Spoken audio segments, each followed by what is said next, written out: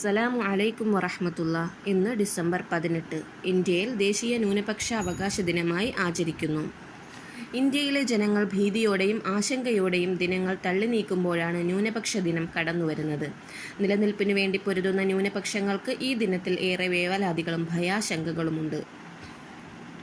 മുസ്ലിങ്ങൾ, ക്രൈസ്തവർ, സിഖുകാർ തുടങ്ങി 6 വിഭാഗങ്ങൾ ഉൾക്കൊള്ളുന്നതാണ് ഇന്ത്യയിലെ ന്യൂനപക്ഷം. ഇന്ത്യയിലെ മുസ്ലിങ്ങൾ 13.4%, ക്രിസ്ത്യാനികൾ 2.3% ആണ്. ആകെ ജനസംഖ്യയുടെ 18.4% മതന്യൂനപക്ഷങ്ങൾ. ആനുകൂല്യങ്ങൾ നേടിയെടുക്കുന്നതിൽ ന്യൂനപക്ഷ വിഭാഗങ്ങൾ ഏറെ പിന്നിലാണെന്ന് നിഷേധിക്കാനാവില്ല. അജ്ഞതയാണ് പ്രധാന കാരണം. താൽപ്പര്യക്കുറവും മെനക്കെടാനുള്ള വൈമനസ്യവും. മതഭാഷാ ന്യൂനപക്ഷങ്ങൾക്ക് ആർട്ടിക്കിൾ 30(1) പ്രകാരം ഇന്ത്യൻ ഭരണഘടന വിദ്യാഭ്യാസ സ്ഥാപനങ്ങൾ തുടങ്ങാനും നടത്തിക്കൊണ്ടു പോകാനുമുള്ള മൗലിക അവകാശം ഉറപ്പുതരുന്നു. ഈ അവകാശം നിയമം മൂലം സംരക്ഷിക്കപ്പെടുന്നതാണ് ഭരണഘടനയുടെ ആർട്ടിക്കിൾ 13.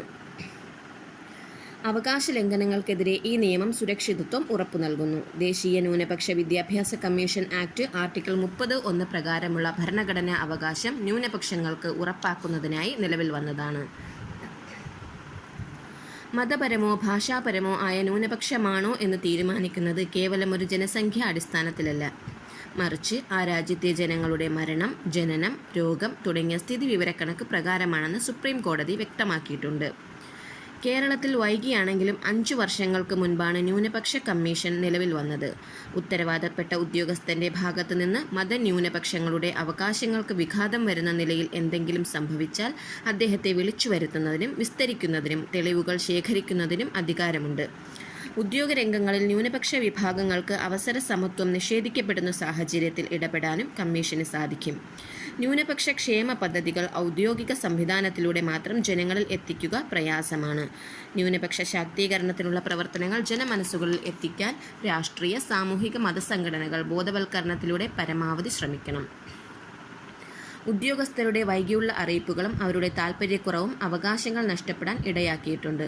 ഇത് പരിഹരിക്കാൻ സംസ്ഥാനത്ത് പാണക്കാട് സയ്യിദ് സ്വാദിഖലി ശിഹാബ് തങ്ങൾ ചെയർമാനായ ന്യൂനപക്ഷ വിദ്യാഭ്യാസ സമിതി പ്രവർത്തിക്കുന്നു.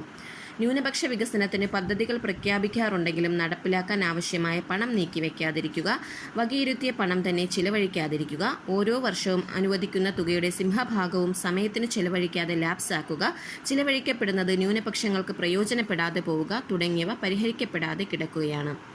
ന്യൂനപക്ഷവും ഭൂരിപക്ഷവും ഓരോ സമൂഹത്തിലെയും യാഥാർത്ഥ്യമാണ്. പരസ്പരം സ്നേഹിച്ചും സംരക്ഷിച്ചും കൊണ്ടല്ലാതെ ഈ ആധുനിക സമൂഹത്തെ മുന്നോട്ട് നയിക്കാൻ ആർക്കുമാവില്ല. നമ്മുടെ ഇന്ത്യ പോലെയുള്ള ഒരു മഹത്തായ ജനാധിപത്യ രാജ്യത്ത് ന്യൂനപക്ഷങ്ങളുടെ അവകാശങ്ങൾ അവരുടെ ദേശീയ, വംശീയ, സാംസ്കാരിക, മതലിംഗ, ഭാഷാപരമായ അവകാശങ്ങളെ സംരക്ഷിക്കപ്പെടേണ്ടത് രാജ്യത്തിൻ്റെ ഏറ്റവും വലിയ ഉത്തരവാദിത്വമാണ്.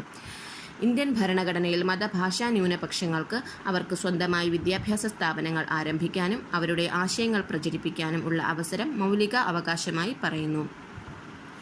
ഈ നിയമം ലംഘിച്ചാൽ മൗലിക അവകാശ ലംഘനത്തിനുള്ള ശിക്ഷ നൽകണമെന്നും ഇന്ത്യൻ ഭരണഘടന ന്യൂനപക്ഷ അവകാശ കമ്മീഷൻ വഴി സുരക്ഷ ഉറപ്പാക്കിയിട്ടുണ്ട്. ന്യൂനപക്ഷങ്ങൾ അത് തിരിച്ചറിഞ്ഞ് തങ്ങളുടെ അവകാശങ്ങൾ നേടിയെടുക്കാൻ ശ്രമിക്കണം, അതിനുവേണ്ടി പ്രയത്നിക്കണം. ലോക സാംസ്കാരിക വൈവിധ്യങ്ങളെ ഇന്ത്യ എന്ന ഭൂമുഖത്തേക്ക് വിരുന്നു വിളിച്ച് സ്വന്തം ഭവനത്തിൽ ഇടം കൊടുത്ത് വളർത്തിയ ഭാരതീയ ആർഷ സംസ്കാരത്തിൻ്റെ കുലീനത കാത്തുസൂക്ഷിക്കാൻ ഭാരത സമൂഹ മനസ്സ് പ്രതിജ്ഞാബദ്ധമാവേണ്ട ദിനമാണിന്ന്. അതെ, ന്യൂനപക്ഷാവകാശ ദിനം. അസ്സലാമു അലൈക്കും വറഹ്മത്തുള്ളാഹി.